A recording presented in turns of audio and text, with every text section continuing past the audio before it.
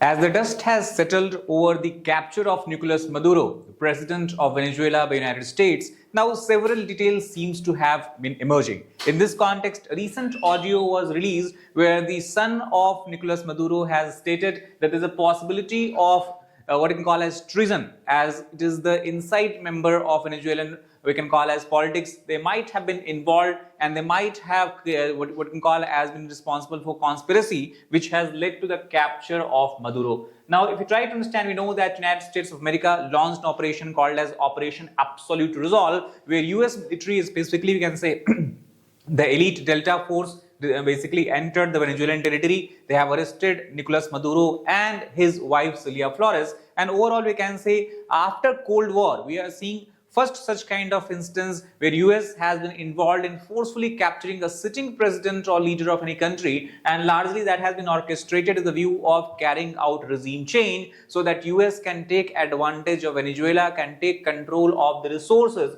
in Venezuela as such. Overall, this entire incident has come nothing short of a global geopolitical shock where many of the countries, including allies of US, has responded by saying that such kind of unprecedented actions will will basically set a wrong precedent as such. Also, even inside we talk about US Congress and many of its leaders have said that such kind of incidents should not have occurred. Even many of the leaders of Democratic Party have said that such a step by US president is not a right one. Now, if you know that immediate trigger announcement, we have seen US carried out a strike in the Caracas, which is the capital city of Venezuela, on the January 3rd, where it has led to arrest of Maduro and his wife Celia Flores. Both were transferred on the US warship called as Iwo Jima, and then they were flown to New York, where they are being charged or indicted with drug trafficking and narco trafficking. In this context, son of Maduro, who is also named as Nicolas Maduro Guerra, he came with a statement where in the audio recording he has said that history will tell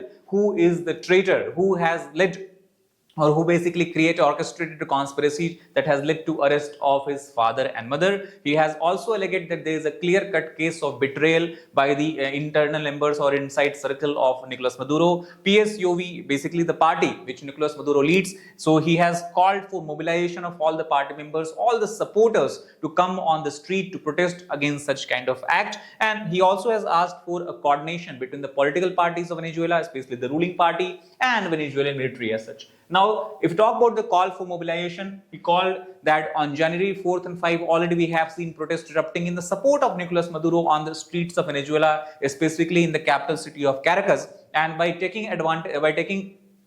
using it as an example, he is trying to say that the entire leadership of the Venezuela is united. He also has in the masses stated that country is now in the safe hands. And this masses, basically, it seems that he might be giving to his father and mother as such. There is a narrative being built in Venezuela right now where it is stated that external aggression was obviously at play. US has forcefully sent its military without giving any kind of warning, obviously, and they have captured largely with the purpose of creating a change in regime, and that also to serve the interest or domestic political interest of US itself. As far as the capture of Maduro is concerned, the charges levied against him is obviously of narco-terrorism, which has been repeated by Donald Trump many times, reiterated by Donald Trump many times. And he also has stated that Nicolas Maduro, along with his wife, along with his son also, has created a large trafficking ring through which Venezuela was trafficking cocaine and even fentanyl in the United States of America as such. So Donald Trump clearly has said that there was involvement of both the state, that means the what you call as the government of Venezuela, and it was also being supported by the military of Venezuela in creating such kind of trafficking ring, cocaine trafficking ring, drug trafficking ring, largely to generate revenue, as Venezuela's economy has been devastated due to the sanctions being imposed by US and other allies.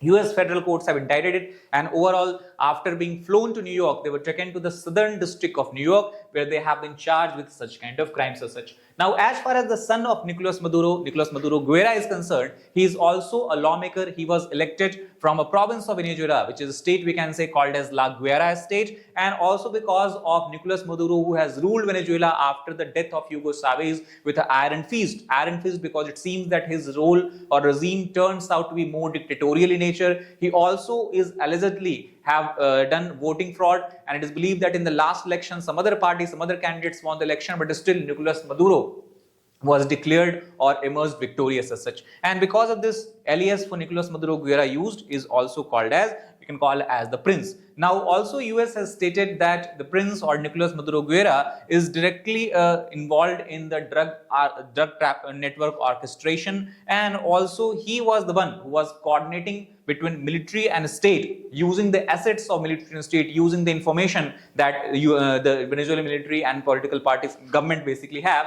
to traffic illegally cocaine and fentanyl in the United States of America. Now, we know that operation was conducted successfully by US military. They have captured Maduro and his wife, and they are now in the United States of America as a prisoner. Now, the details of this operation, which was till now kept secret, seems to be coming out. As per the recent report, it is believed that this particular operation was not carried out in haste. Rather, there has been a months of surveillance on Nicolas Maduro, his family. What does he eat? Where do he go to sleep? Or what time basically he carry out certain activities? Even the pets of President Nicolas Maduro was basically what you can call as the surveillance was done to ensure that how easily the security forces or the military of US can enter into the territory, enter into the houses, and can capture him. Insider government source also believed to be the one factor which has given a lot of sensitive information to US military, which was very, very crucial in giving success to this particular operation as such. Not only that, Delta Forces member who were responsible for carrying out this operation, they have carried out several weeks of training by creating a replica of exact safe house where Nicolas Maduro was sleeping when he was arrested. It is similar to what we have seen in the case of the Osama bin Laden as well, where before carrying out the Operation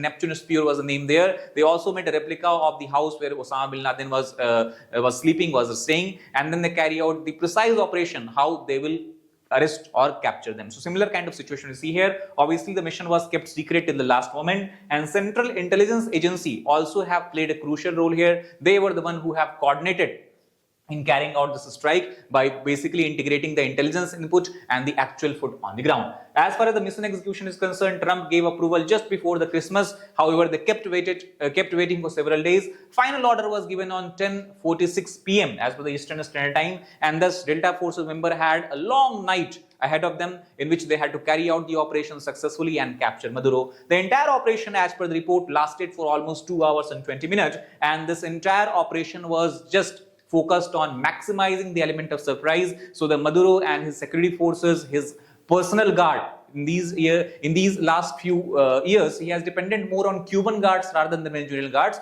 They could be caught in surprise and they could be startled as such. Now, as far as the scale of this operation is concerned, it is believed that more than 150 plus aircrafts were deployed, plus both from the land side and also we have from the sea side. There were several US military assets that were put in place to ensure that any surprise can be easily tackled. So bombers, fighters, even drones were involved here. Air, land, sea coordination was being carried out. And before Venezuelan people can understand what is going on, it seems that US military already has achieved its objective. Delta Force is the force that was involved here, which is considered as the most elite force of US Army. For any such kind of operation, it is seen that Delta Force members are largely called upon. Not only that, around the Caribbean Sea area, in the coastal areas of Venezuela, carriers and warships were deployed from earlier days itself.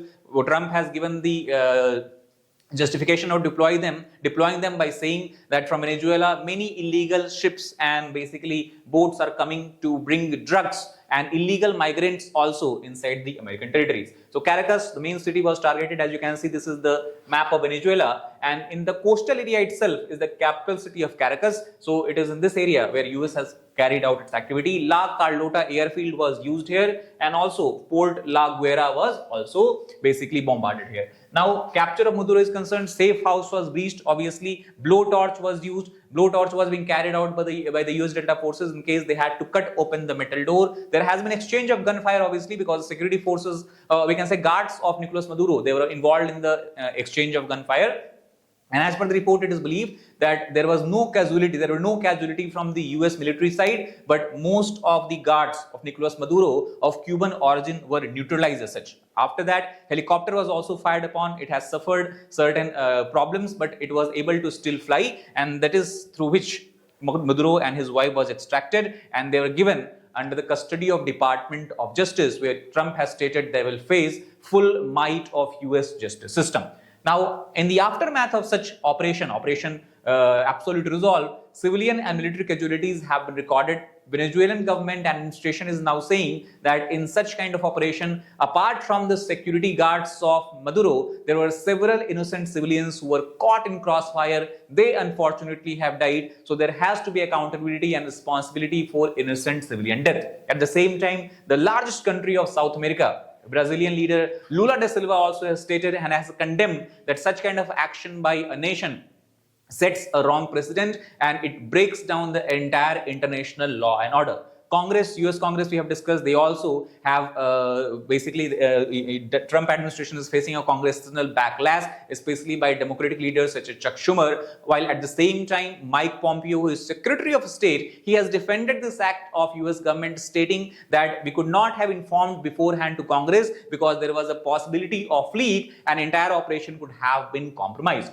Sovereignty debate is also in the picture, that how can a UN member enter into some other country's territory and basically capture and abduct the sitting president without taking into account the wishes of the local population. The sovereignty was obviously threatened and attacked by US here, and overall the global credibility of US has also been put to test, especially after Nicolas Maduro's arrest. We have seen Trump has been given several such kind of controversial remark about Greenland. He also has given remark about European countries as well. So we have to wait, watch and see that what kind of unpredictability further we will have to see in the Trump's administration term. That is all for this particular video. If you like the video, please hit the like button, share it with your friends, as well as subscribe to the channel for more such content. Thank you very much.